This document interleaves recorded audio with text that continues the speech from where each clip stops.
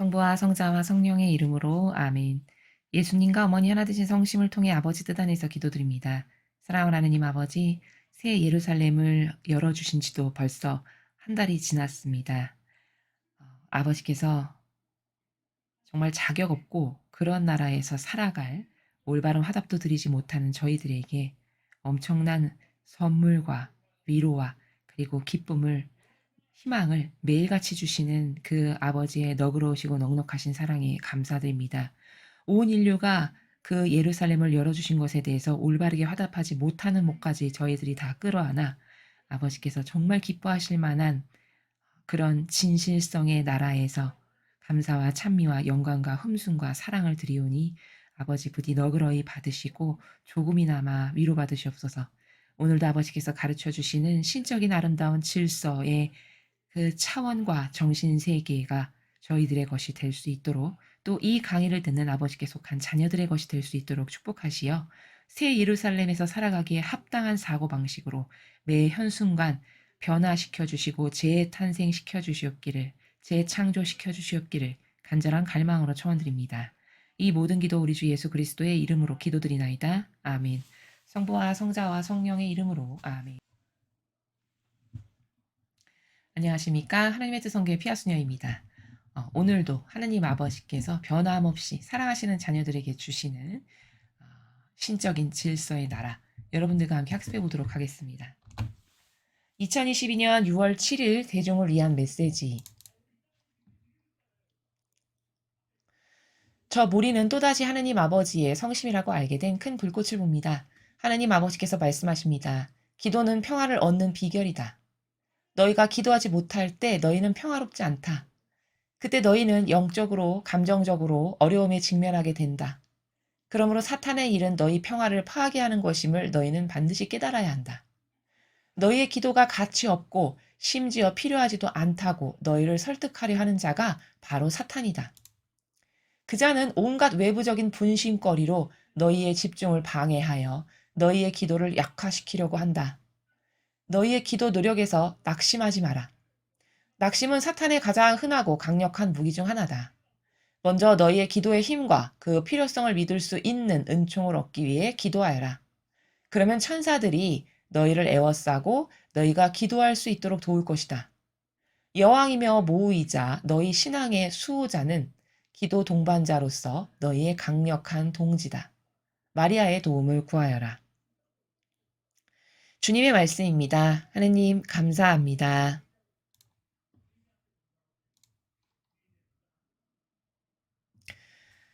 오늘 아버지께서 주신 메시지를 하나의 명제적 문장으로 요약 정리하면 기도란 무엇인가? 이렇게 말씀드릴 수 있습니다. 먼저 이 거짓 교회에서 우리가 숙달되고 단련된 5개념, 성경에 근거하지 않은 5개념, 무수히 많은 5개념 중에 기도와 관련된 대표적인 게 뭐냐? 기도라는 것은 어떤 시간을 딱 정해서 그 시간에 뭐 예를 들어 묵주기도 20단이다. 그럼 반드시 묵주기도 20단을 하고 그리고 나머지 모든 시간에는 하나님 잊어버리고 자아 가운데 막 살아도 나는 오늘 기도했어. 그러니까 만족스러움을 느끼는. 이게 사실은 잘못되었다는 겁니다. 그러면 묵주기도가 나쁘다는 말이냐? 그 말이 아니죠. 기도에 대해서 근본적으로 가지고 있는 나라가 잘못된 오류의 나라다라는 겁니다. 그렇다면 도대체 기도라는 건 뭔데요? 기도는 먼저 기본이 뭐냐? 매 현순간 할 수 있는 게 기도입니다. 즉 다시 말해 매 현순간의 구현이 곧 기도다. 이렇게 말씀드릴 수 있습니다. 그럼 매 현순간 묵주를 들고 막 살아야 된다는 말인가? 물론 그렇게도 구현할 수 있겠죠. 그러나 그것이 아니라 자 여기 차트를 보면서 설명을 드리면요. 자 기도란 무엇인가 해서 제가 이렇게 원리와 관점과 개념의 나라에서 여러분에게 이제 말씀드리기 위해서 적어보았습니다. 자, 기도라는 건 명제적인 어떤 이해, 즉 원리의 나라에서 기도에 대해서 정의를 한다면 하나님과 연결된 내적이고 외적인 모든 행동이 다 기도다라는 겁니다. 그럼 내적이고 외적이라는 건 도대체 뭔가요? 내적이라는 거는 마음이죠, 마음. 나의 마음의 나라. 마음 안에서 아버지를 문득문득 떠올렸고, 마음 안에서 뭔가 말씀드렸고, 속삭였고, 이 모든 게 다 기도라는 거죠. 그래서 내적이라는 건 마음의 나라인데, 불가시적, 즉, 보이지 않는다 해서 불가시적이라고 쓴 겁니다. 불가시적인 차원과 플러스 외적이라는 것은 내가 눈에 보이는 어떤 이 육과 거기서 발로된 모든 행동들. 그래서 눈에 보이는 가시적인 모든 행동, 이게 다 기도라는 거예요. 근데, 어, 이 거짓교회에서 종교 생활을 오랫동안 하다 보면 이렇게 매 현순간 아주 뭉클뭉클 살아있는 교감을 나누는 게 다 기도니까 사실은 기도 시간을 따로 정해서 하는 것도 물론 큰 희생입니다만 기도라는 거는 아침에 눈 떠서 저녁에 잠자리에 눈 감아서 자기 그 모든 24시간을 다 기도 생활로 할 수 있는 거예요. 이해가 되시죠? 그런 원리를 기도다라는 것으로 여기 새롭게 인식을 해야 여러분께서 기도에 대한 오해가 없으실 수 있다는 거예요. 우리가 보통 이런 것들 많이 해보셨을 거예요. 내가 어떤 특별한 지향이 있어서 예를 들어 9일 기도를 시작했어요. 그러면 염경기도만 기도라고 생각하는 오류가 있는 사람에게는 그 9일 기도가 한없는 부담이에요. 왜? 내가 사회생활을 하고 세상에서 살다 보면 급급하고 어떤 날은 정말 많이 바빠서 그것을 못할 수도 있어서 또 넘겨서 하루 빼먹게 되고 이렇게 되면 오늘 빼먹었네. 또다시 해야 되겠다. 이러면서 그것이 부담으로 싹 다가옵니다. 우리 마음 안에. 그쵸? 이러면서 그 기도를 자꾸 멀리하게 되고 부담으로 여기게 하는 요게 마귀의 계략이에요. 근데 기도가 이렇게 매 현순간에 하느님과 관련된 모든 내적이고 외적인 행위고 속삭임이다라는 개념이 있다면 꼭 앉아서 몇 시간을 정해서 하기보다는 걸어가면서 밥 먹으면서 일하면서 주방일 하면서 집안일 하면서 얼마든지 매 현순간을 기도를 할 수 있으니까 그것은 부담이 아니라 오히려 사랑하는 사람과의 아주 사실적인 살아있는 속삭임이라는 것이죠. 기도라는 건 바로 이런 겁니다. 자, 이런 원리를 그런 관점화시키면 어떻게 이해할 수 있냐? 이 거대한 명제적인 이해라고 하는 원리의 나라에서 관점을 뽑아내면, 즉 다시 말해 하느님과의 대화다. 대화라는 건 여러분 매 순간 할 수 있죠. 그렇죠? 그러니 하느님과의 대화 이것도 소통이다. 소통이라는 거는 어떤 나의 필요가 있어서 그 필요를 때로는 말씀도 드리고 또 아버지께서 무엇을 나에게 말씀하시면 화답도 드리는 이런 상호 교환 작용. 이런 모든 게 다 기도의 나라라는 거예요. 자, 그럼 이 관점을 다시 개념화 시켜보죠. 개념으로 뽑아보면 더 아주 상세하고 디테일하게 뽑을 수 있겠죠. 개념의 나라니까. 그러니까 사랑의 소통이고 하느님과의 사랑의 대화고 또 어, 필요를 말씀드리는 나만의 어떤 고유한 방법들이고 또 내가 갈망하는 거고 또 기도란 내 마음을 열어서 아버지께 아버지 제 마음이 이런데 하면서 내 마음을 막 보여드리는 다양한 어떤 수단들이고 또 하느님을 신뢰하는 거고 찬미하는 거고 이 모든 게 다 기도라는 나라다라는 거죠. 그런데 우리는 기도를 어떤 틀에 박힌 염경기도 그 형식을 맞춰서 해야 되는 것을 기도라고 생각하는 그 프레임에 갇히다 보면 그것이 그 염경기도만이 기도라고 생각하는 프레임 때문에 부담스럽게 느껴지는 거고 그래서 자꾸 부담스러우니까 안 하게 되죠, 점점. 그래서 하느님과 멀어지기 원하는 마귀의 계략이라는 거예요. 그런 오해를 불러일으키는 게. 그러나 기도는 이 자연법으로 더 쉽게 설명하면 이렇게 설명할 수 있어요. 예를 들어 사랑하는 연인 사이인데 그 연인이 눈에서 1분만 떨어져도 보고 싶죠. 그래서 막 전화해서 속삭이고 하루를 못 봤어. 그럼 몸에 안달이 나서 확 전화해서 사랑의 대화를 나누고 이런 모든 행위가 내가 당신을 사랑합니다라고 표현하는 것들이죠. 다양한 이런 당신을 내가 사랑합니다, 갈망합니다라고 하는 이런 다양한 표현들. 그게 바로 하느님과의 우리의 관계에서의 기도의 나라도 그렇게 사랑하는 연인과의 관계에서 끊임없이 속삭이고 대화하고 갈망하고 소통하는 이 모든 것이 하느님과의 나라에서의 기도하는 다양한 방법들이고 나라다라는 거죠. 그럼 이렇게 되면 마음의 부담이 확 줄어듭니다. 왜?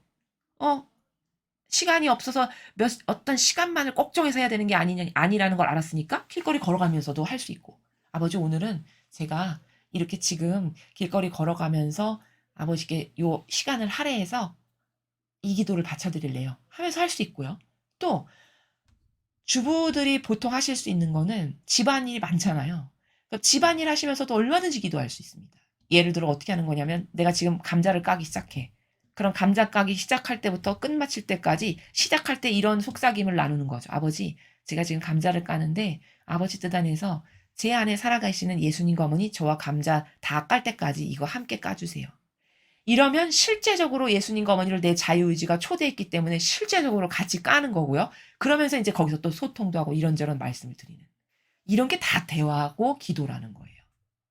그렇죠. 이러한 올바른 기도의 나라로 여러분의 그 갇혀있던 나라를 확 여셔야, 그래야 하느님과의 기도의 나라에 대한 부작용과 오해와 오류가 없어진다라는 점입니다. 자, 그래서 기도가 이런 것이다. 세 가지의 원리와 관점과 개념의 나라에서 먼저 살펴봤고, 자, 이것에 근거하여 이제 말씀을 보죠. 기도는 평화를 얻는 비결이다. 너희가 기도하지 못할 때 너희는 평화롭지 않다. 자, 기도해야 평화롭대요, 우리의 마음이.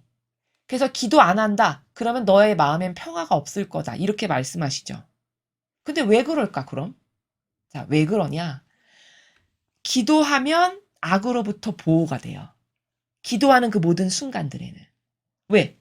하느님을 부르짖고 하느님을 찾고 아버지를 의식하니까 당연히 그 마귀가 가까이 올 수가 없죠. 매 한순간 기도한다는 건 뭘까? 예수님과 어머니를 의식하는 것부터가 벌써 기도의 시작이에요. 아, 예수님, 제가 지금 어디를 가는데 저랑 함께 가주세요. 제가 지금 누구를 만나는데 예수님 저와 함께 만나주셔서 그 영혼을 통해서 아버지 뜻을 이루세요. 이런 게 다 기도입니다. 그럼 그렇게 예수님과 어머니와 아버지를 갈망하고 부르짖는데 거기 마귀가 어떻게 끼어들겠어요? 그렇죠.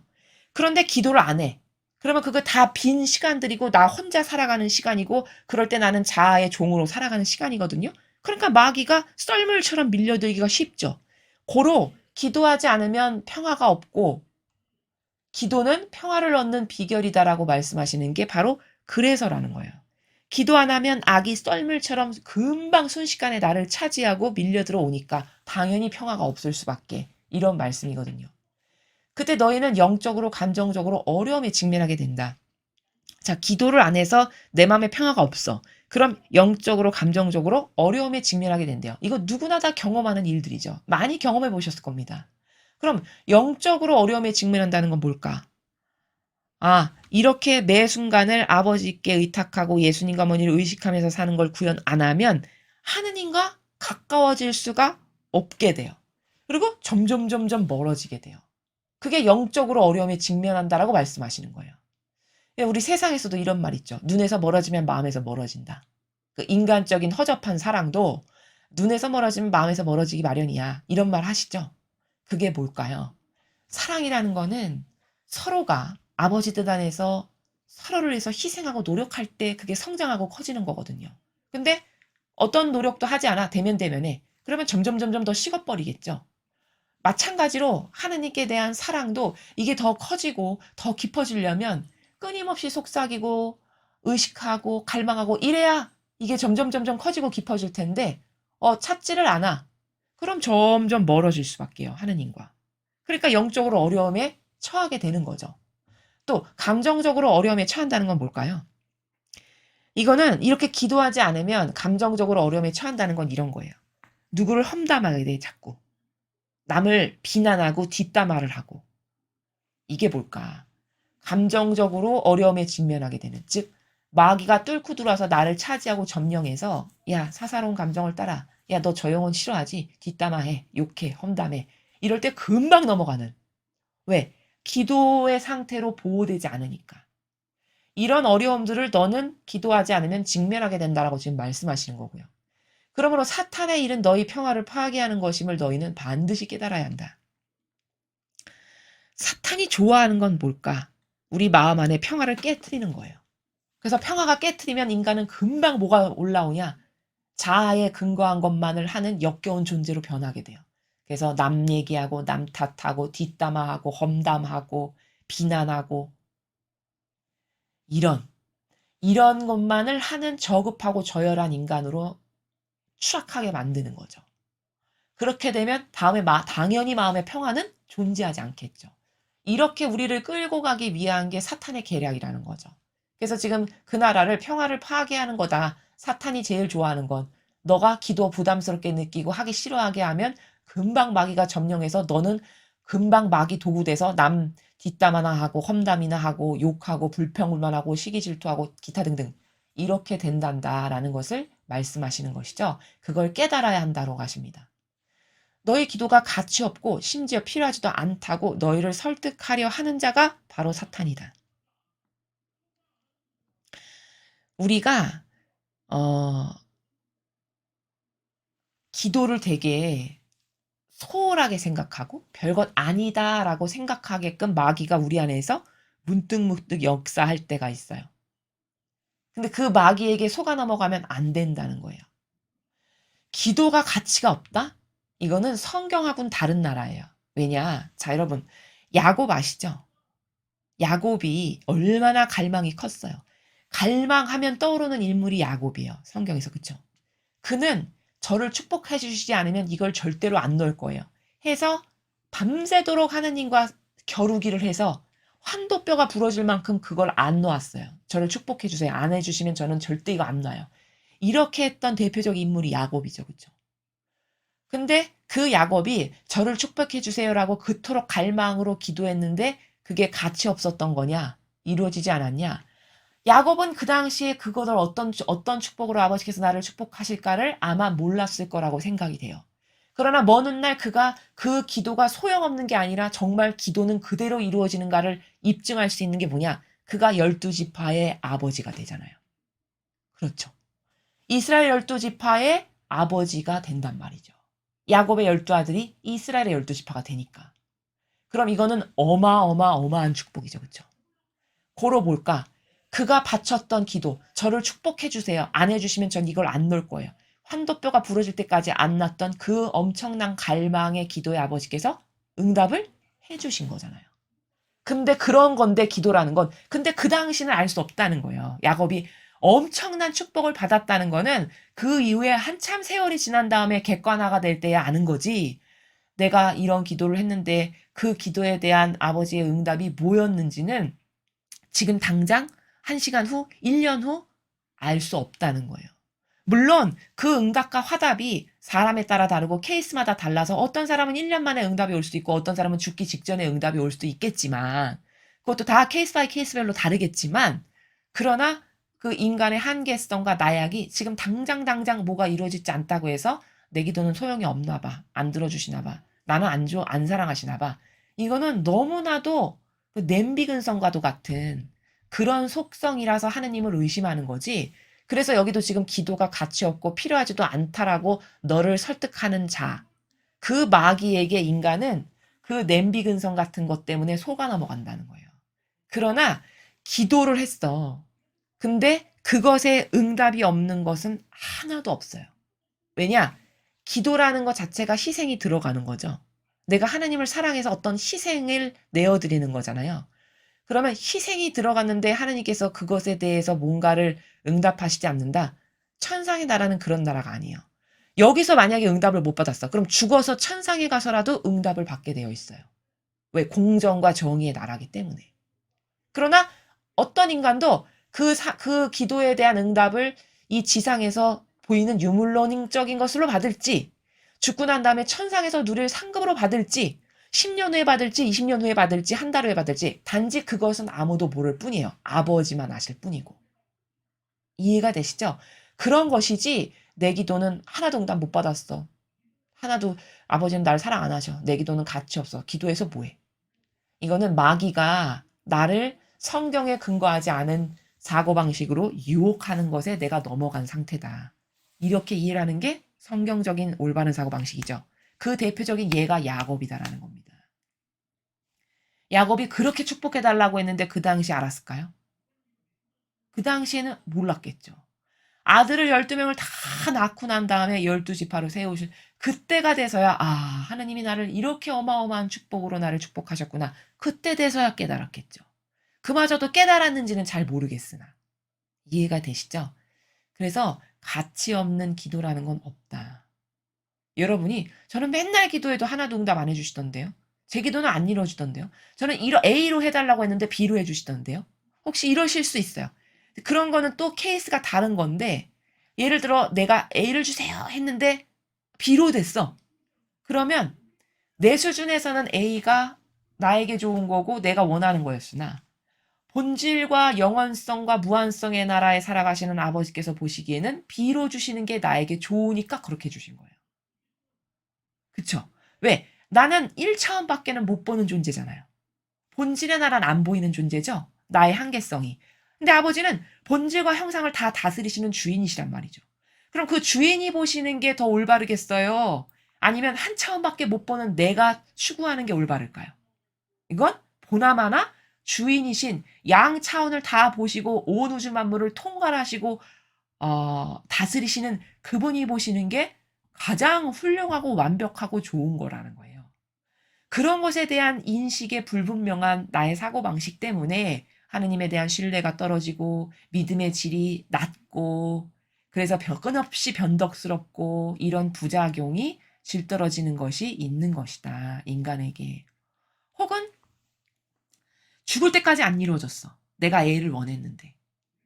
그러면 그런 케이스는 그 A를 줬다가는 내 영혼을 죽이고 망가뜨리는 것이니까 안 주실 수도 있고. 이렇게 다양한 거라는 거예요. 그걸 막 단정해서 이렇게 했는데 기도 안 이루어졌어.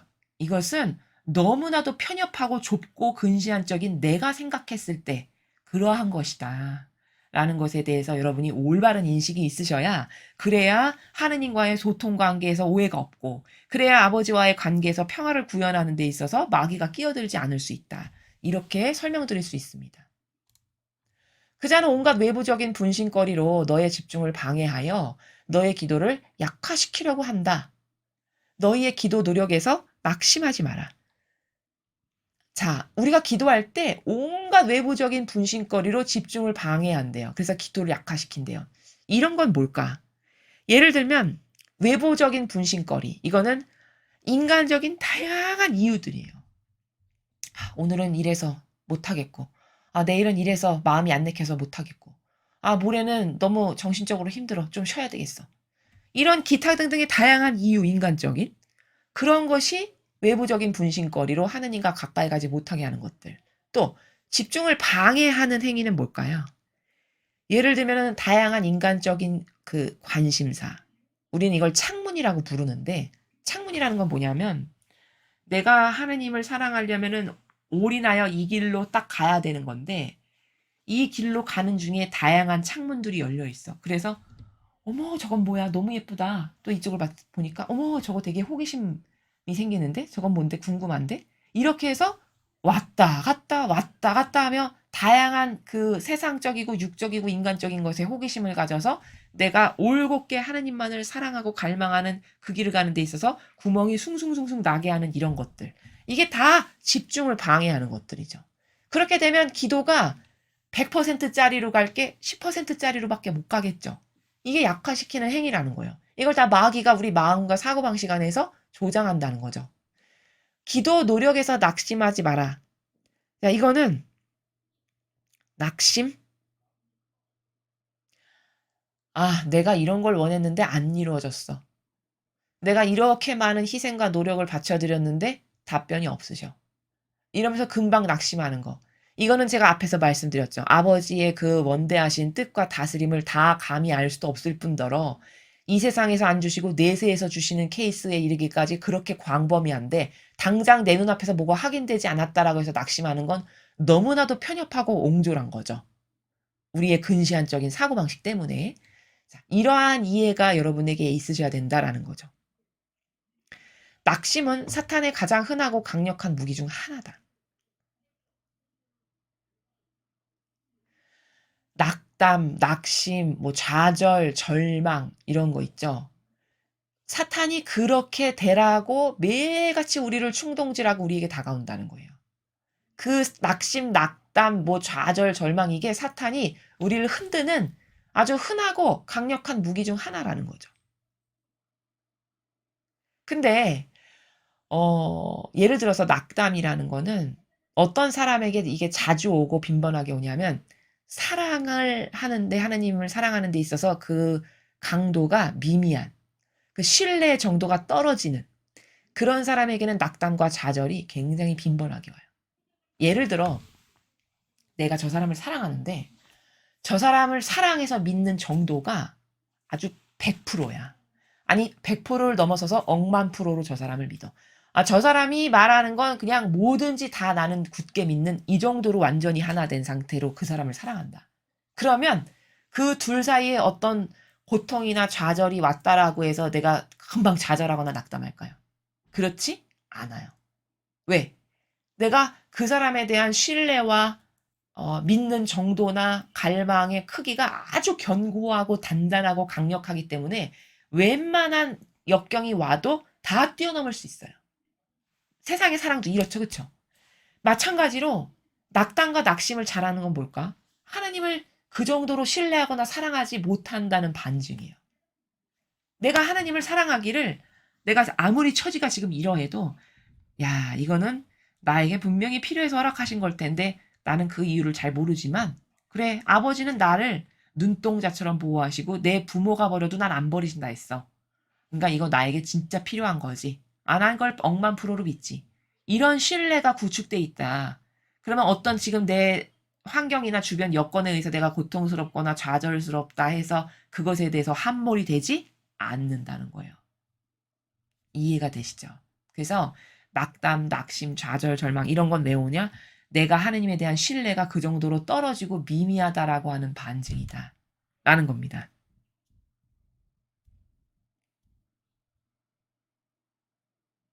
먼저 너희의 기도의 힘과 그 필요성을 믿을 수 있는 은총을 얻기에 기도해라.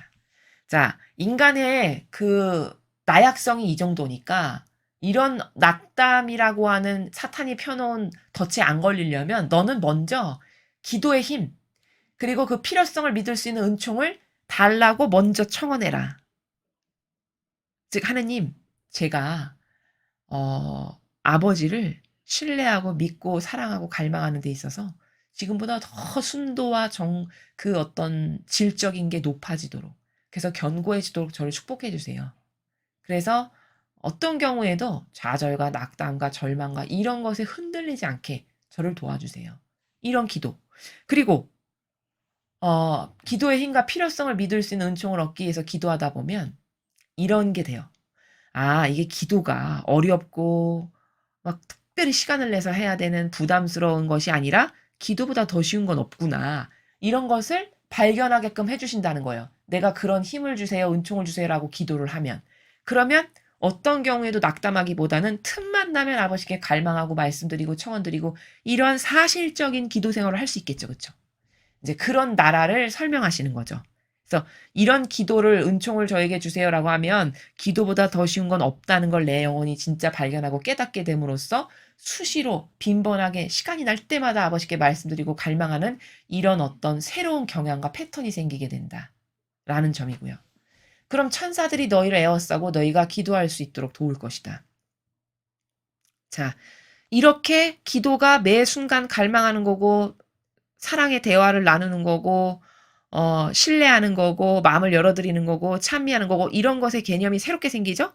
그러면 그때부터는 어떻게 되냐면 천사들이 우리들을 에워싸주고 우리가 매 순간마다 기도할 수 있도록 도와준다는 거예요. 우리의 수호천사님들이. 내가 기도에 대한 올바른 관점을 가졌으니까 매 순간 기도할 수 있도록 나를 이끌어준다는 거죠. 나의 수호천사님들께서. 여왕이며 모우이자 너의 신앙의 수호자는 누구죠? 성모님이시죠? 그 성모님은 기도 동반자로서 너의 강력한 동지다. 성모님의 도움을 구해라.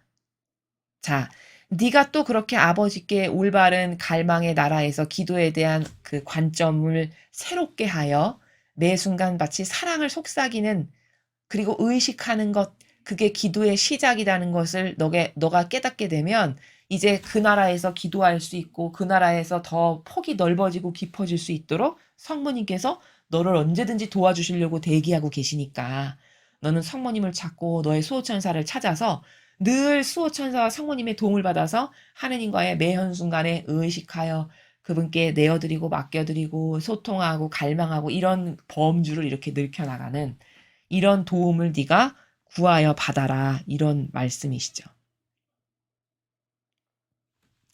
자, 그래서 오늘의 이 메시지는 기도라는 건 도대체 뭔가. 그래서 기본적인 개념을 새롭게 해야 된다라고 제가 첫 번째 차트에서 설명을 드렸고요. 여태까지 우리가 생각했던 기도는 불구자적인 관점을 내가 갖고 있었다는 거다. 근데 그게 어디서 온 거냐? 이 거짓 교회에서 나도 모르게 배어들은 거다. 이 교회가 기도를 부담스럽게 생각하게 만듦으로써 우리들을 영혼 불구자로 만든 거예요. 매 순간 자유롭게 소통함으로써 성령 하나님께서 내 안에서 막 활동하실 수 있는 이런 다양한 차원의 통로를 다 막아 닫어.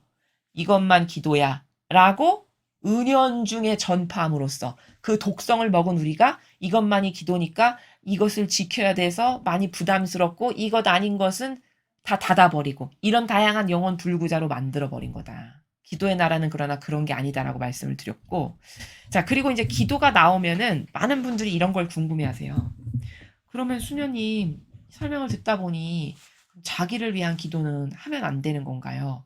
이런 거를 가끔 물어보시는 분들이 많이 계세요. 물론 자기를 위한 기도 너무 갈급하고 필요하다. 그러면 해야 되겠죠. 자, 그런데 그것은 이런 것으로 성숙해져야 돼요. 뭐냐? 예를 들어 내가 초등학생이에요. 그러면 초등학생의 수준은 내가 필요한 걸 엄마한테 매 순간 말할 수밖에 없는 한계적인 존재죠. 그쵸? 그 초등학생이라고 하는 그 영혼이 갖고 있는 한계성이 엄마, 뭐뭐가 필요해요. 엄마, 뭐가 먹고 싶어요. 배고파요. 뭐가 주세요. 이렇게 할 수밖에 없는 수준이잖아요. 그 영혼이 현재 상태가. 그러니까 그 수준에서는 뭐를 주세요, 주세라고 할 수밖에 없는 거를 하느님께서도 다 이해를 하고 받아주신다는 거예요. 자, 그런데 그 초등학생이 중학생이 됐고 고등학생이 됐고 직장인이 됐어.